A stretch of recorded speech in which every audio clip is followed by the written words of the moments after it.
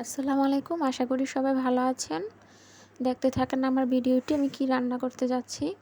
পাতিলে তেল গরম করে তাতে পেঁয়াজ রসুন বাটা দিয়ে হলুদ, মরিচের গুঁড়া, ধনিয়ার গুঁড়া আর পরিমাণ মতো লবণ দিয়ে কষিয়ে নিচ্ছি। সাথে একটু পানি দিয়ে দিলাম যেন পুড়ে না যায়। এখন ঢেকে দিলাম। মশলাটা আমার কষে একদম পানি বলক চলে এসেছে।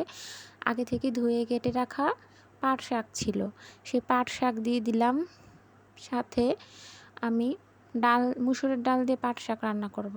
ডাল ধুয়ে রেখেছিলাম পানি ঝরিয়ে, এখন ডালগুলোও দিয়ে দিলাম। এখন ভালো করে সুন্দর করে মশলার সাথে শাক আর ডাল মিশিয়ে কষিয়ে নিচ্ছি।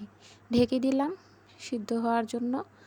এই তো প্রায় অর্ধেকই সিদ্ধ হয়ে গেছে, আরও কিছুক্ষণ ঢেকে দিব, দিয়ে রান্না করব। এই যে এখন প্রায় পুরোপুরি আমার শাক আর ডাল হয়ে গেছে। এখন কাঁচামরিচ দিয়ে দিব। কাঁচামরিচের ঝালটাও তরকারির জন্য ভালো, গ্রানটাও অনেক সুন্দর আসে। এখন আমি এগুলা বাগার দিয়ে নেব। কড়াইতে তেল গরম করে তাতে পেঁয়াজ রসুন কুচি দিয়ে সুন্দর করে লাল লাল করে ভেজে নেবে। হয়ে গেছে আমার পেঁয়াজ লাল লাল করে ভাজা রসুন সহ। এখন আমি এগুলা বাগার দিয়ে দিলাম। সুন্দর একটা গ্রানও এসেছে। এই তো আমার পাট শাক রান্না হয়ে গেছে। আল্লাহ হাফেজ, ভালো থাকবেন সবাই।